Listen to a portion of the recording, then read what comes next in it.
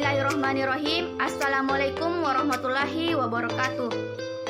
Selamat datang di video pembelajaran bersama saya Sri Astuti. Kali ini saya akan membahas tentang komunikasi humas sekolah dengan pers. Yang pertama, pers dan fungsinya. Dalam arti umum, pers meliputi media massa elektronik, seperti halnya yang dikemukakan oleh Astrid dalam bukunya Komunikasi Kontemporer, yang menyatakan bahwa apabila berbicara mengenai pers sebagai media massa cetak, pada umumnya yang dibicarakan adalah pers dalam pengertian sempit seperti surat kabar. Sedangkan dalam pembahasan ini, pengertian pers sengaja dibatasi secara khusus, yaitu pers sebagai media massa cetak. Yang kedua, ciri-ciri pers. Adapun ciri-ciri pers, yang pertama itu publisitas. Publisitas dapat kita artikan sebagai penyebaran informasi kepada publik. Maka dari itu, sifat dari surat kabar adalah umum. Yang kedua, periodisasi. Periodisasi diartikan keteraturan dalam penerbitan. Misalnya seperti surat kabar yang hanya terbit satu kali dalam sehari. Selanjutnya itu keuniversalan.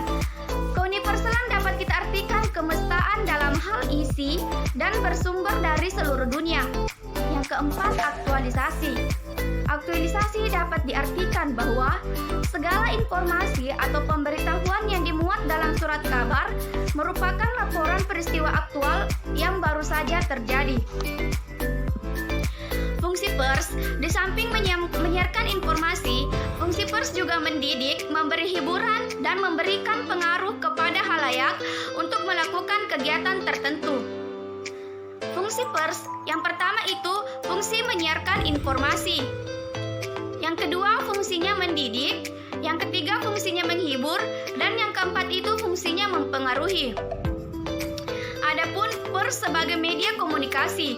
Yang pertama, berlangsungnya komunikasi. Pers sebagai media komunikasi tergolong media visual. Media visual adalah media publisitas yang dipergunakan untuk berkomunikasi dengan publik, yang mana pesan yang disampaikan dapat diterima melalui indera mata. Pada dasarnya, komunikasi massa adalah penyiaran informasi, gagasan, dan sikap kepada komunikan yang berbagai ragam dalam jumlah yang banyak dengan menggunakan media. Yang kedua itu faktor penunjang komunikasi yang efektif. Pers komunikasi dapat dikatakan efektif apabila pihak komunikator dapat mengetahui dan efek apa yang akan terjadi pada pihak komunikan. Dengan kata lain, komunikator dapat meramalkan tanggapan apa yang timbul pada komunikan terhadap pesan-pesan yang disampaikan kepadanya.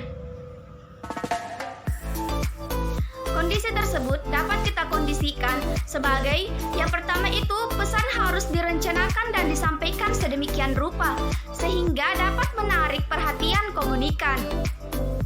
Yang kedua itu pesan harus menggunakan lambang-lambing tertuju kepada pengalaman yang sama antara komunikator dan komunikan sehingga sama-sama mengerti.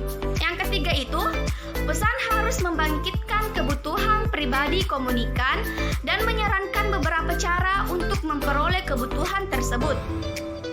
Yang keempat itu pesan harus menyarankan suatu jalan untuk memperoleh kebutuhan tadi yang layak bagi situasi kelompok di mana komunikan berada pada saat ia digerakkan untuk memberikan tanggapan yang dikehendaki.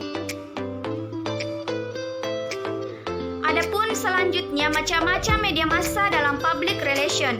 Sebagaimana kita ketahui, komunikasi adalah suatu proses penyampaian dan penerimaan pesan atau informasi di antara dua orang atau lebih, dengan harapan terjadinya pengaruh yang positif yang menimbulkan efek tertentu yang diharapkan. Adapun macam-macam komunikasi adalah menurut persepsi dan apresiasinya, yaitu yang pertama, web. Web atau situs dapat diartikan sebagai kumpulan halaman-halaman yang digunakan untuk menampilkan informasi, gambar, gambar gerak, suara, dan atau gabungan dari semuanya, baik itu yang bersifat statis maupun dinamis. yang membentuk satu rangkaian yang berguna yang saling terkait di mana masing-masing dihubungkan dengan link. Yang kedua itu adalah blog. Blog merupakan singkatan dari weblog. Adalah bentuk aplikasi web yang menyerupai tulisan-tulisan yang dimuat sebagai posting pada sebuah halaman web umum. Tulisan-tulisan ini seringkali dimuat dalam bentuk urut terbalik. Isi terbaru dahulu baru diikuti isi yang lebih lama, meskipun tidak selamanya demikian. Selanjutnya yaitu email. Email adalah surat elektronik, pengiriman dokumen atau software melalui jaringan internet. Yang keempat itu milis.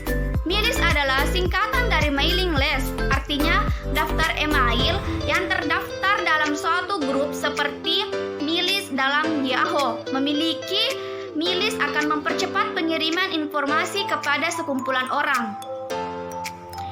Yang kelima itu jejaring sosial. Jejaring sosial sangat berguna bagi publikasi karena menggunakan berbagai fasilitas pendukung di dalamnya.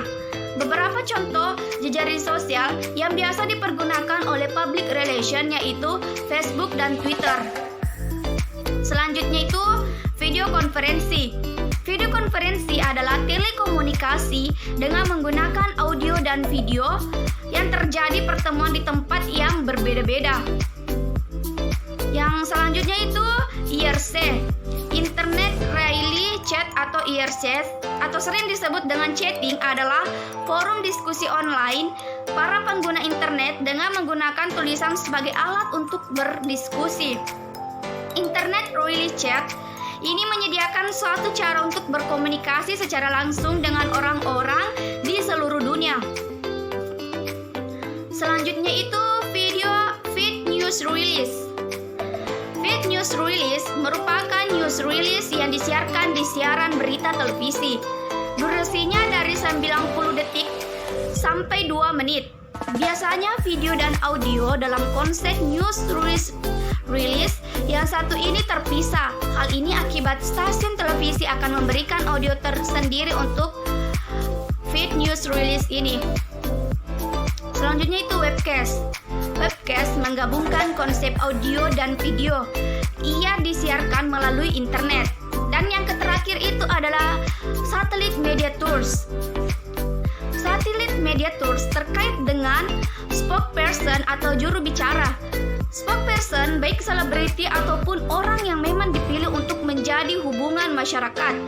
Suatu perusahaan, produk atau organisasi pada konsep public relation yang satu ini dapat melakukan semacam konferensi pers di mana ada wawancara yang terjadi antara dirinya dan reporter yang nantinya akan disiarkan di beberapa stasiun televisi. Baiklah, itulah pemaparan materi dari saya. Terima kasih atas perhatiannya. Wabillahi taufiq wal hidayah. Wassalamualaikum warahmatullahi wabarakatuh.